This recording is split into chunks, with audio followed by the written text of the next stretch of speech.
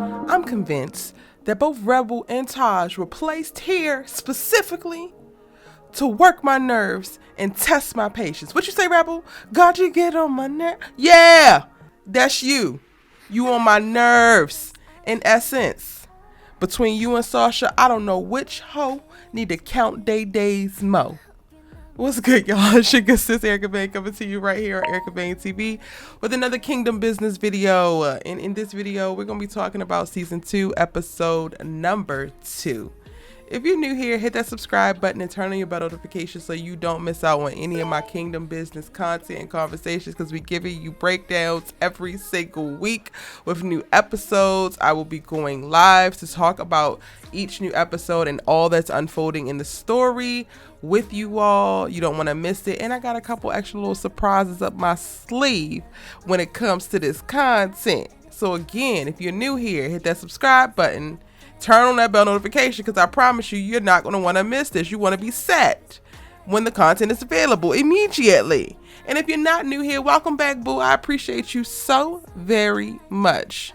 You know how I do. And without further ado, let's get into this mess that is episode 2. How the hell are the episodes so jam-packed? Can we start there? Because I swear, halfway through the episode, I'd be like, okay, the episode need to be about to be over, but it only be halfway through. We only be 30 minutes in. They be giving us a full hour, no commercials, like bam, bam, bam, bam.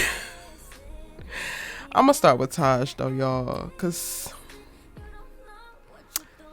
while that proposal, the second one, not the first arbitrary one that felt very much so like a gun was put to your head, because the matron, first bishop lady, whatever the hell Mama Denita is, told him that he need to go ahead and make it do what it do, because he could tell that she got a bun in the oven, even though I can't tell.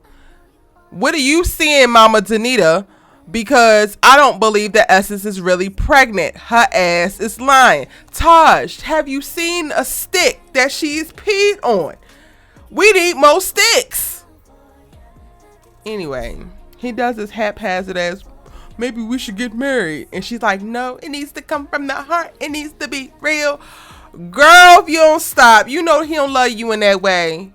You know he just trying to do the right thing. And that's the craziest part, because while Taj has 100% responsibility in his part in this, and him going along to get the goddamn along, which is a problem, his so-called wanting to do the right thing is definitely on him. When you saw him connecting with Rebel in this way, and it's not even the first time that you've seen this, but you saw him connecting with Rebel in the chapel, and you felt the way so deep down in your heart that your wheels got to turning and you got to conspiring. Why in the hell would you even consider marrying a man after that? If he don't look at you how he look at her, if he don't sing to you like he sing to her, if he don't scooch next to you the way that he scooch next to her. Essence, girl, I'm gonna need you to be for real expeditiously. But y'all, if I'm honest, I guess she is technically keeping it real, right? She keeping it real desperate, real petty, real by any means necessary. Because what is the whole dropping by Rebel's audition with the music producer, gassing her up as if y'all good homegirls are good Judies, setting a date in the future because you know he's gonna sign her because she's just that talented, only for that date to be a double date with you and Taj and her and the producer. And then you want to get into the studio with her talking about, do we have the same chemistry? I'm trying to see if we have the same chemistry as you have with Taj. Girl, why would we have that? Why would she even want that? It's giving you want to be her, which already is an impediment into y'all actually being friends. But we clearly know that Essence don't want to be friends. Essence is trying to keep her enemies close. She's trying to neutralize the threat, because again, you saw how he was shoe bopping, do wopping, and rubbing shoulders with this girl. It's so natural, it's so organic. Their chemistry is literally off the charts. So I kind of can understand why you're jealous of it, but what I can't understand is how is this world-renowned pop star who has people throwing themselves at her feet, who has tons of money, tons of acclaim, who up until this point while it did seem like she wanted to be in a relationship with Taj, also was very much so willing last season to walk away because she wasn't getting any sex, because she wasn't getting the relationship on the terms that she was used to, toxic or not. And then now all of a sudden it's, you ain't gonna leave. Is it because of this alleged pregnancy that I literally do not believe is actually the case? Did the pregnancy do this to you? The pregnancy has you turning a blind eye and plotting behind Rebel's back and just trying to get close to her so that you can, I guess, keep her at bay from your man. But your man is naturally attracted to her. Your man is literally magnetically drawn to this girl. It's given they were made for each other, honey. And there is not a bit of thing that a damn magazine essence is gonna be able to do about it. But I guess it's gonna make for really great TV to watch her attempt to fool it. I don't want to throw Essence into the category of Sasha because Sasha is definitely pure evil. Pure D evil. We saw that when she was literally whispering into the ears of a coma patient, talking about walking to the light so they could take their husband.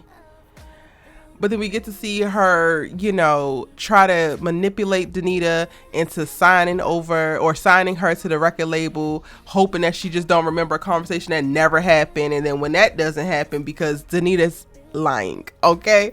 Denita knows exactly what's going on. She has her wits about her, but she is going to lean into this amnesia thing because it's almost like she gets to get out of hell free card, or at least while she's walking on Earth. All of what she has done before, nobody's going to bring up or talk about, because if she don't remember it, then we gotta act like we don't remember it. Yeah. She's definitely going to use this to the greatest extent that she can.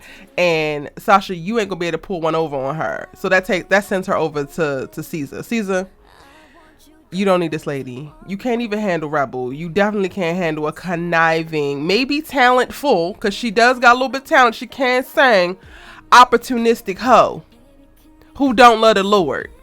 If you thought that Rebel was a handful, or if you thought you couldn't get Rebel to behave, what the hell you gonna do with a Sasha? Absolutely nothing. But let's go back to Taj, because I literally have gone on a damn tangent. Y'all, why did Taj give Essence this gorgeous, stunning, amazing, thoughtful proposal?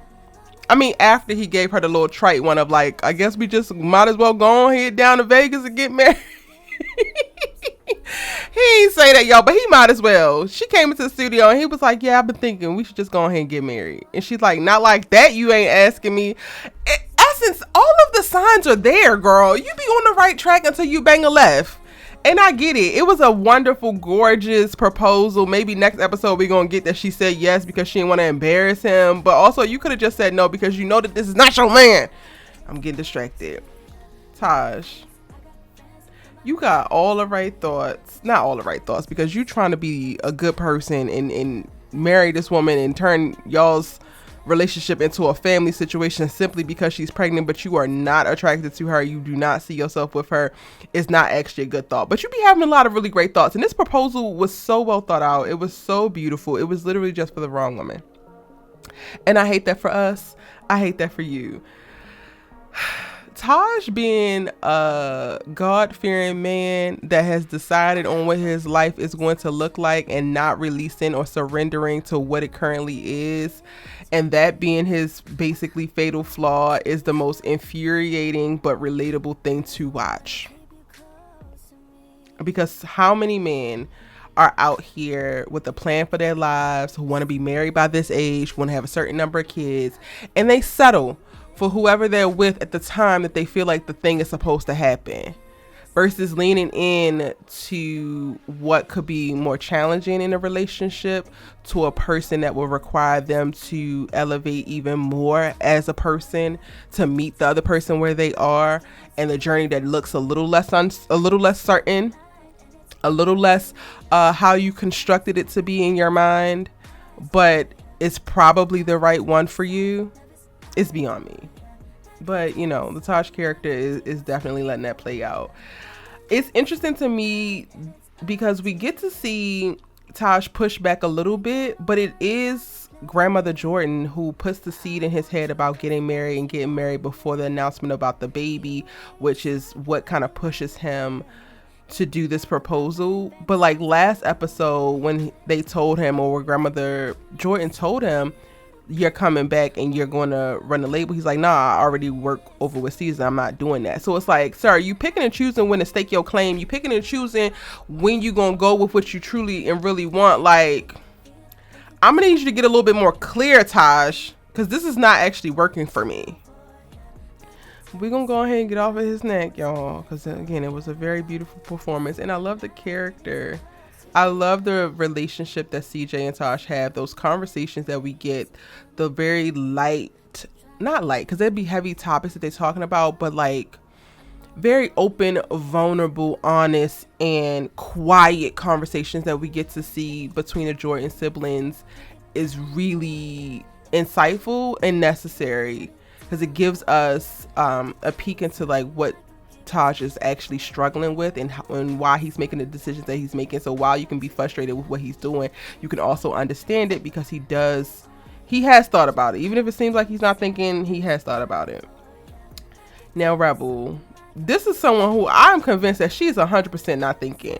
She's taking her behind back to the strip club. She's getting in bed with Dex, figuratively speaking, because he wants her to work some party, and this is the same parties that she was doing before and that basically got Danny killed, and she's basically acting like there's no danger there.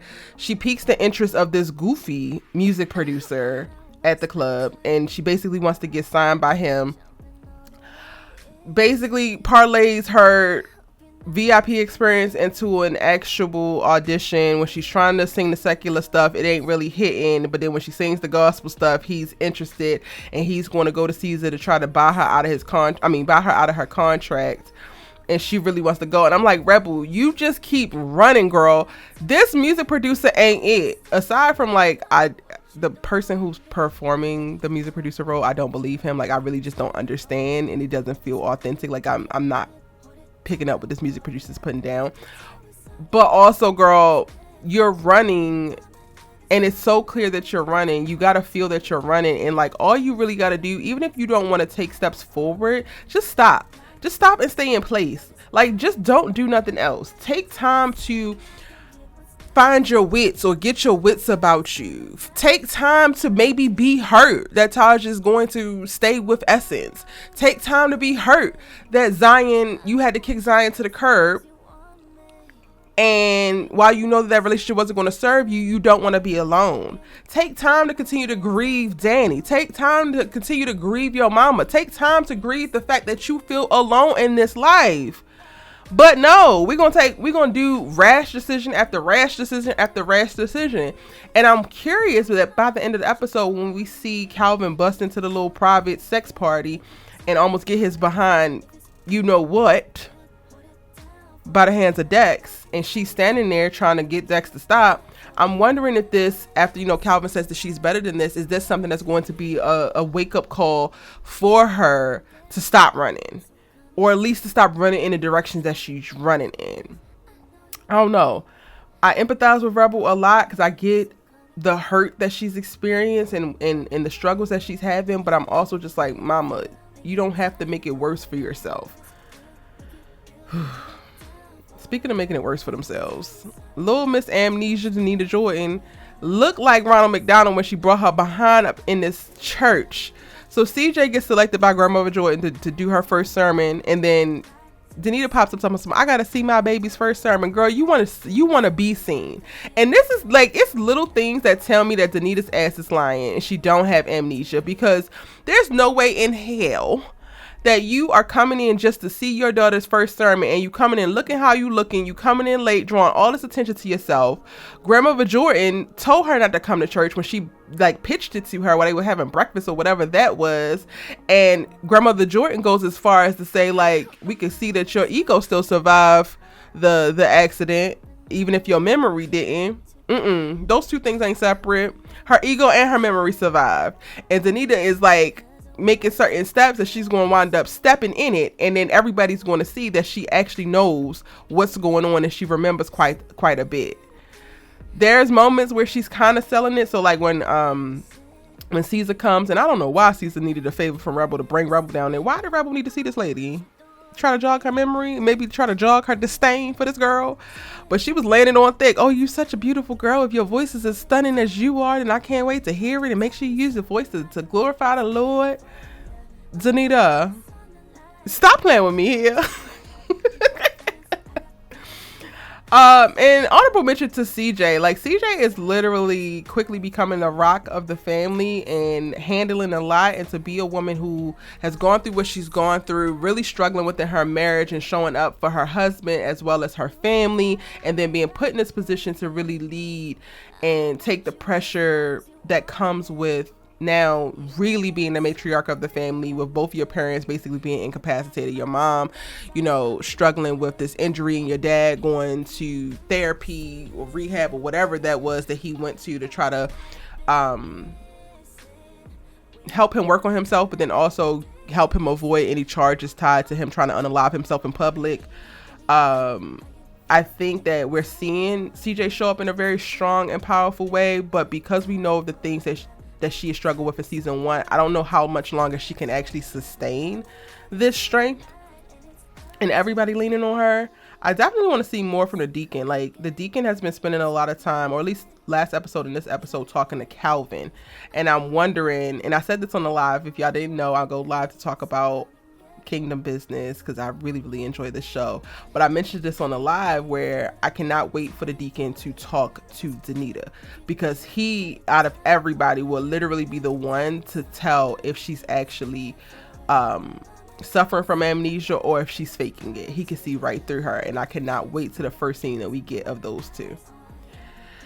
Yeah, y'all, that's all I got. That's my breakdown for season 2, episode 2 of Kingdom Business, currently streaming on BET Plus. I'm thoroughly enjoying the series, as I have mentioned quite a few times. It's so complicated but very nuanced and authentic, and I think that you're going to enjoy it as well if you haven't checked it out already. If you're new here and this is your first time hearing me, I'm your good sis Yolanda Talk TV. But go ahead and hit that subscribe button so you don't miss out on any of my Kingdom Business conversations or other series. If you want to check and see what I'm covering, you can go to youtube.com/EricaVaneTV, click the videos tab, and it will show you all the videos that I have, but specifically you'll be able to see the series that I'm covering because it's quite a few. Give this video a like because you made it all the way to the end, and I believe that you liked it, and I'm going to see you in my next Kingdom Business video.